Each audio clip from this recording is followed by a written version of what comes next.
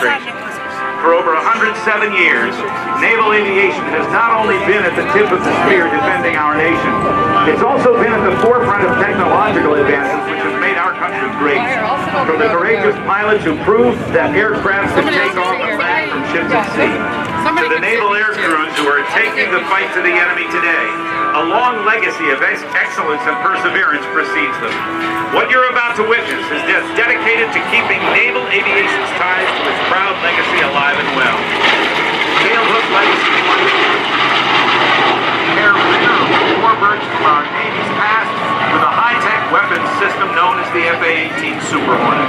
Through these unique and dynamic formation flight demonstrations, we aim to inspire the best and brightest of the next generation of young Americans to join the ranks of naval aviation. In its early years, naval air power played second fiddle to the great dreadnought of the high seas. The battleship, scouting for enemy ships was the limit. Scouting for enemy ships was the limit of the new aircraft's mission. And during World War II, at the battles of the Coral Sea and Midway, projecting power from aircraft carriers shaped the future of naval combat. Through the inspired heroism of a handful of naval aviators, two of the most decisive sea battles of the Pacific War were won. By the end of that conflict, the aircraft carrier and her air wing had replaced the battleship as the dominant weapon of naval warfare. Through the hard work and dedication of private individuals and nonprofits, many of these glorious warbirds are still flying today. The pilots and maintainers play a critical role in keeping the history of naval aviation actively flying for all to see. During the air show season, several different vintage warbirds participate in tailhook legacy flights, and some are the only flying example of their type in the world today. We'll have an opportunity to have your cameras ready as the Corsair and Super Hornet approach. Again, the Super Hornet flown by Chinz, Lieutenant Chris Walker, and Hilo, Lieutenant Marc Garcia, and the Corsair flown by Jim Torque Tobul. Combines the R2800 with the two F414 engines on the Super Hornet. Let's watch and listen.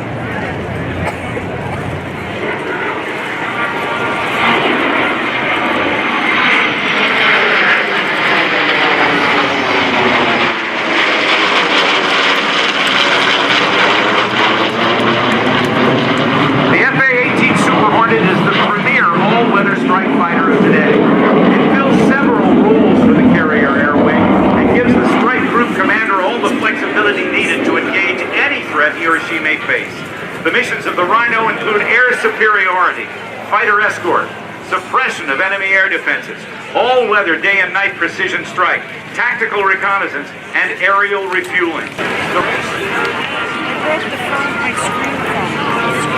On their final pass, the tailhook legacy flight will approach from behind you, pass over show center, and perform an opposing pitch-out maneuver for landing. And after the break, the Corsair will continue its downwind turn, reconfigure for landing, and the Super Hornet will reverse while climbing to the vertical to achieve separation for a carrier break and landing.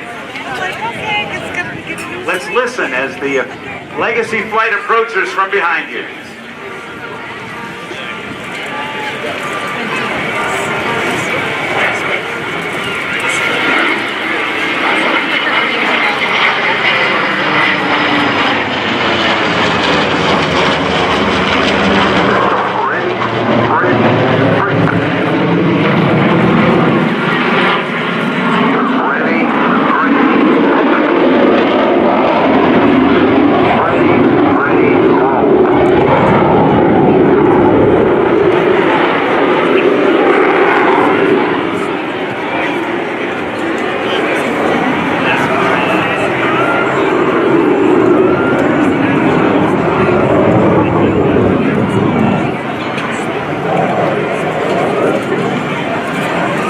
Tobul on the left, setting up for landing.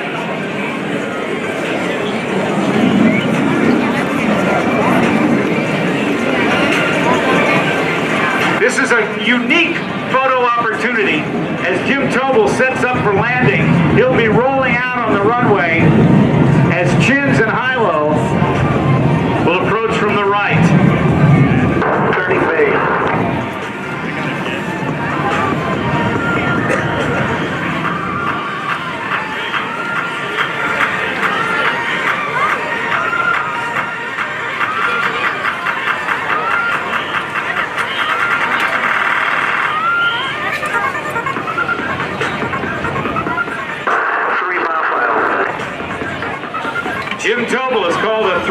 now final.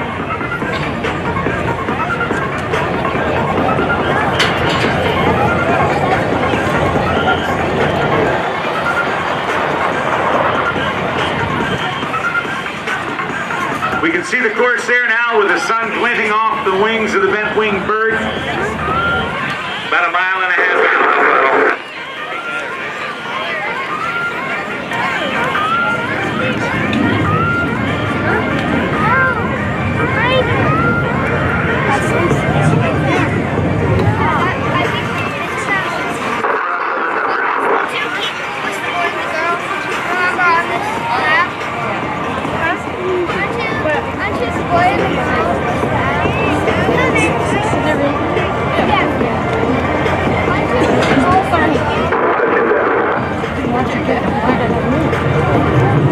Jim has touched down.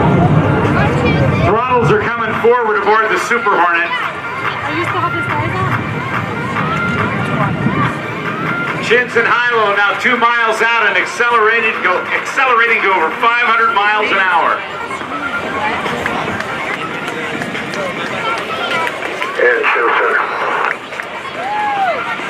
Cameras on, here we go. The Corsair and the Rhino.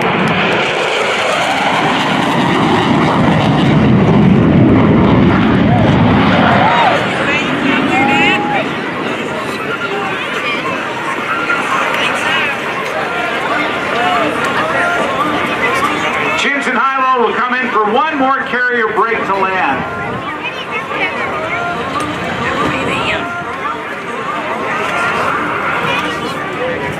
Now, Jeff, as they approach, this is one of those things that they do this because they got to move a lot of airplanes onto the deck or launch them. How fast can you recover airplanes on the deck of one of our biggest carriers? We are typically one aircraft every 60 seconds landed on that aircraft carrier.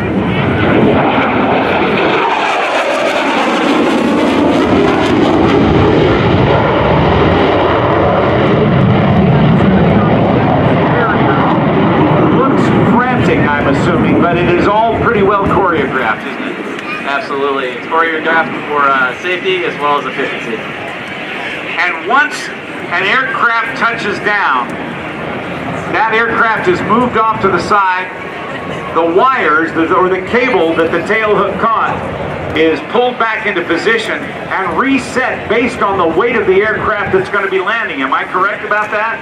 That's right. So depending on if it's an E2, a C2, an F-18, or an E-18 growler, they're going to set that cable for the appropriate weight.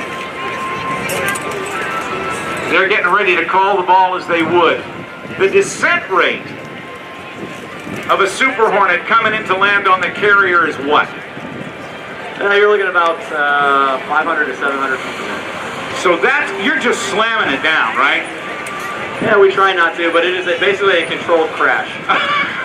I hate to think that, but it's unlike the way general aviation and airliners and Air Force aircraft land. They touch down gently, but when you have to land out at sea on what is virtually a postage stamp in the Pacific or the Atlantic or whatever piece of ocean or sea you're in, accuracy is hugely important, isn't it?